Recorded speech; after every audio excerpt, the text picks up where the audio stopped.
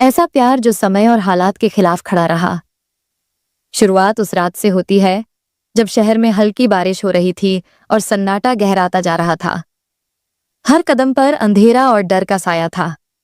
तभी एक लड़की की चीख सुनाई दी जो किसी वीरान गली से आ रही थी। उस चीख ने विशाल की जिंदगी को हमेशा के लिए बदल दिया। विशाल ने बिना सोचे समझे अपनी छतरी उठाई और आवाज की दिशा में दौड़ पड़ा।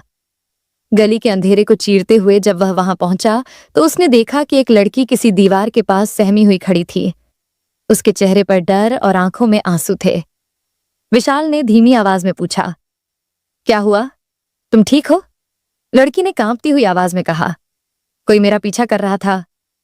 विशाल ने चारों ओर नजर दौड़ाई, लेकिन उसे कोई नजर नहीं आया। उसने लड़की को थोड़ा संभलने का मौका दिया और पूछा, तुम्हारा नाम क्या है? उसने हिचकिचाते हुए कहा, मैं सिमरन हूं।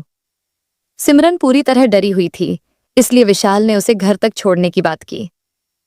दोनों गली से निकलकर मेन सड़क की तरफ बढ़े। रास्ते में सिमरन ने बताया कि वह अपने दोस्त की पार्टी से लौट रही थी, तभी कोई ने अचानक मेरा पीछा करने लगा। घर छोड़ने के बाद विशाल वापस लौट गया, लेकिन उसके मन में सिमरन की वह डरी हुई आंखें बसी रहीं। अगले दिन विशाल ने फैसला किया कि वह सिमरन से फिर मिलेगा। कहानी का यह रहस्य और रोमांच यहीं खत्म नहीं होता। सिमरन और विशाल की मुलाकातें बढ़ने लगीं और उनके बीच एक अनकही कड़ी बनने लगी। लेकिन हर बार जब वे मिलते, सिमरन के चेहरे पर एक अनजाना डर झलकता था। विशाल ने यह महसूस किया, लेकिन वह कुछ पूछने से हिचकिचाता था। एक दिन सिमरन ने धीरे धीरे अपनी जिंदगी का वह राज खोला जिसने विशाल को अंदर तक हिला दिया। उसने बताया कि उसके पीछे कोई शख्स है जो पिछले कई महीनों से उसका पीछा कर रहा है। वह न केवल उसे धमकी भरे संदेश भेजता था, बल्कि कभी कभी उसकी खिड़की के बाहर खड़ा भी नजर आता था। विशाल ने यह सुनते ही ठान लिया कि वह सिमरन को इस डर से आजाद कराएगा। वह उस व्यक्ति का पता लगाने और इस समस्या को खत्म करने की योजना बनाने लगा। विशाल ने सिमरन को भरोसा दिलाया कि वह हर हाल में उसकी मदद करेगा। उसी रात उसने तय किया कि वह उस अजनबी का पता लगाएगा जो सिमरन को परेशान कर रहा था। उसने सिमरन के घर के पास निगरानी शुरू की। रात का समय था और गली में सन्नाटा छाया हुआ था।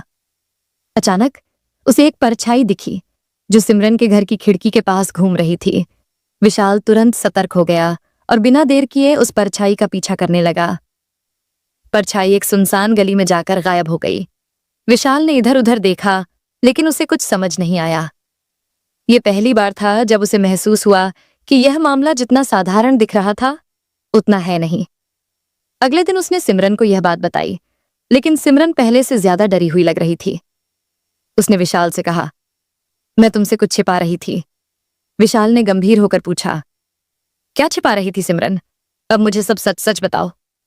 सिमरन ने कांपती आवाज में बताया, वह आदमी सिर्फ मुझे धमका ही नहीं रहा, बल्कि वह मुझे मारने की कोशिश कर चुका है। एक बार उसने मेरी गाड़ी के ब्रेक काट दिए थे और दूसरी बार उसने मेरे ऑफिस के रास्ते पर मेरा पीछा किया। मैं हर वक्त डर में जी रही हूं। विशाल यह सुनकर चौंक गया। उसने दृढ़ स्वर में कहा, अब बस, मैं तुम्हें इस डर से मुक्त कराऊंगा। हमें पुलिस के पास जाना चाहिए।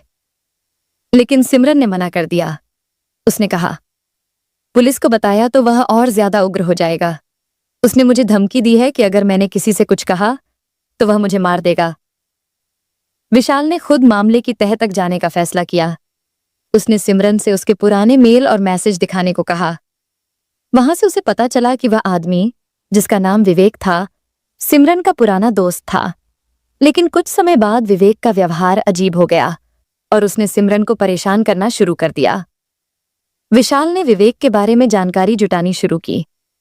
उसे पता चला कि विवेक एक मानसिक रूप से परेशान आदमी था, जिसे कई बार अपना अपा खोके पर भी पुलिस ने चेतावनी दी थी, लेकिन वह हमेशा कानून के शिकंजे से बच जाता था।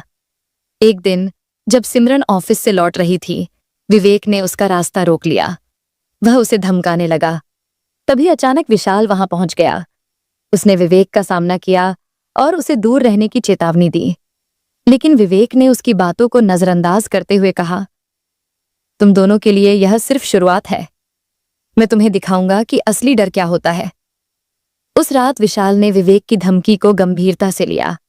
उसने तय कर लिया कि अब वह विवेक को रोकने के लिए हर हद तक जाएगा। उसने सिमरन के लिए एक सुरक्षा योजना बनाई। विशाल ने सिमरन से कहा, तुम कुछ दिनों के लिए मेरे एक दोस्त के घर में रहो। यह जगह सुरक्षित है और मैं इस बीच विवेक पर नजर रखूंगा। सिमरन पहले तो झिझकी, लेकिन फिर विशाल के रिक्वेस्ट करने पर तैयार हो गई। विशाल ने विवेक के हर कदम पर नजर रखने के लिए उसकी गतिविधियों का पीछा करना शुरू किया। उसने एक पुराने दोस्त से मदद ली जो एक निजी जासूस था। दोनों ने मिलकर विवेक की दिनचर्या, संपर्क और ठिकानों का पता लगाया। कुछ ही दिनों में उन्हें यह जानकारी मिली कि विवेक सिर्फ सिमरन को ही नहीं बल्कि कुछ और लड़कियों को भी परेशान कर चुका था। विशाल ने जब सिमरन को यह सब बताया तो वह और भी डर गई। उसने कहा, क्या यह सब कभी ठीक होगा? मैं कब तक इस डर में जीती रहूंगी? विशाल ने उसका हाथ थामते हुए कहा, तुम पर विश्वास रखो, मैं तुम्हें बचाने के लिए सब कुछ करूंगा। इसी बीच कुछ अजीब घटनाएं होने लगीं। विशाल की बाइक की ब्रेक रात में किसी ने काट दी। सिमरन को एक अनजान नंबर से कॉल आने लगी, जिनमें सिर्फ एक अजीबोगरीब हंसी सुनाई देती थी। विशाल के जासूस दोस्त के घर में चोरी हो गई और उसकी फाइलें गायब हो गईं। यह सब देखकर विशाल को लगा कि विवेक अब और खतरनाक होता जा रहा है। एक रात विशाल को सूचना मिली कि विवेक एक सुनसान गोदाम में कुछ योजना बना रहा है।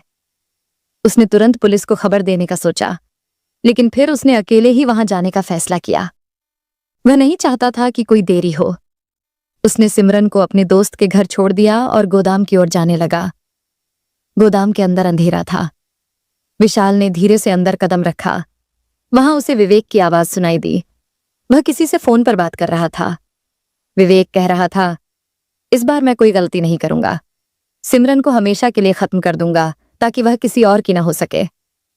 विशाल का गुस्सा 7वें आसमान पर था। उसने विवेक का सामना किया और कहा, अब तुम्हारा खेल खत्म हुआ।